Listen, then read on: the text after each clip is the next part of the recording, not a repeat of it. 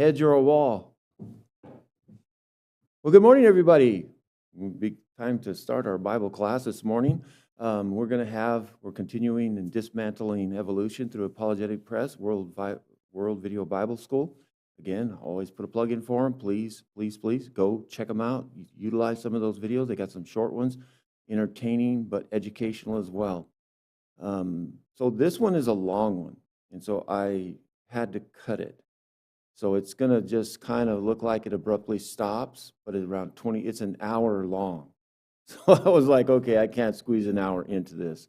So I'm cutting it around 26 minutes, and then we'll kind of, hopefully I can reintroduce it next Sunday morning without having some sort of a breakup. Keep some continuity there. So let's go ahead and watch it, and then we'll get back to it. Welcome to the Dismantling Evolution Seminar. If you are a naturalist, if you're an atheist, then you have to have some sort of explanation for how the universe arrived here and is in the state in which it is today. And so usually that's going to include some form of the Big Bang Theory and then some form of biological evolution like Darwinian evolution, the popular form today, Neo-Darwinian evolution, and it ultimately has to begin with the origin of the cosmic egg that then gave rise to the Big Bang. You're going to have exorbitant amounts of time, what we call deep time, in order to try to accommodate the Big Bang Theory and Darwinian evolution. That is the subject matter for the first few sessions, with the exception of our very first session.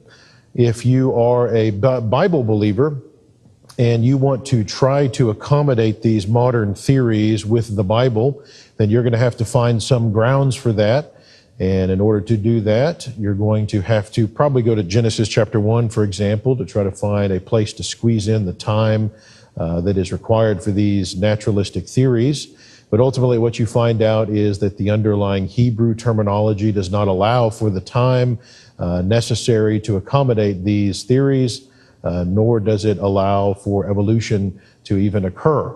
And so that is the thrust of these first several sessions that we'll be looking at, dismantling the evolutionary model, specifically cosmic evolution, which is the Big Bang along with Darwinian evolution. Now, once you dismantle a system, a model like this, then that ultimately leaves a void. It doesn't teach the truth. It doesn't fill in that void with the true model.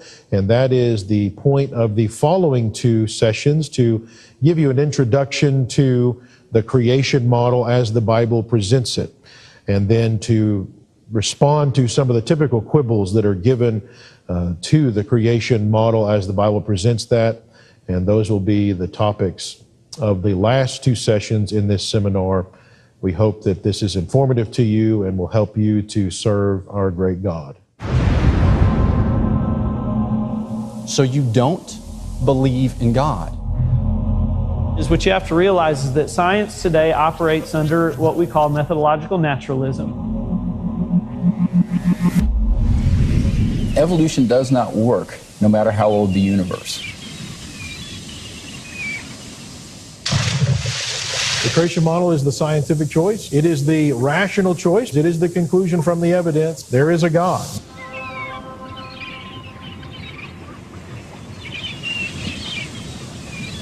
God is responsible for creation.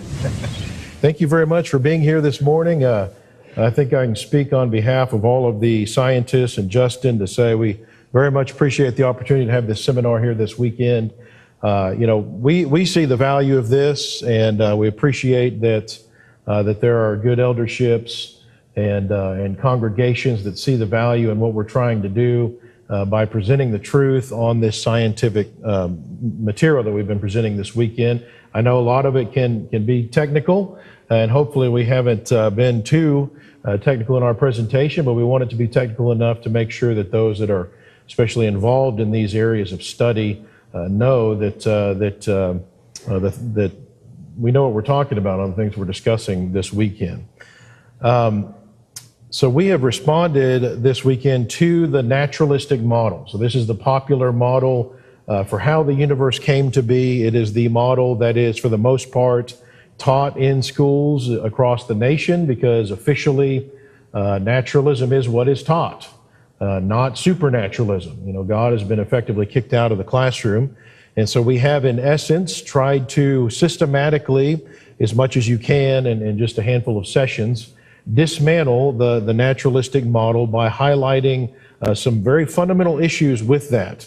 And we've shown it to be based on several evidenceless, baseless suppositions, and therefore belief in naturalism is ultimately a blind faith, and it is something of a religion.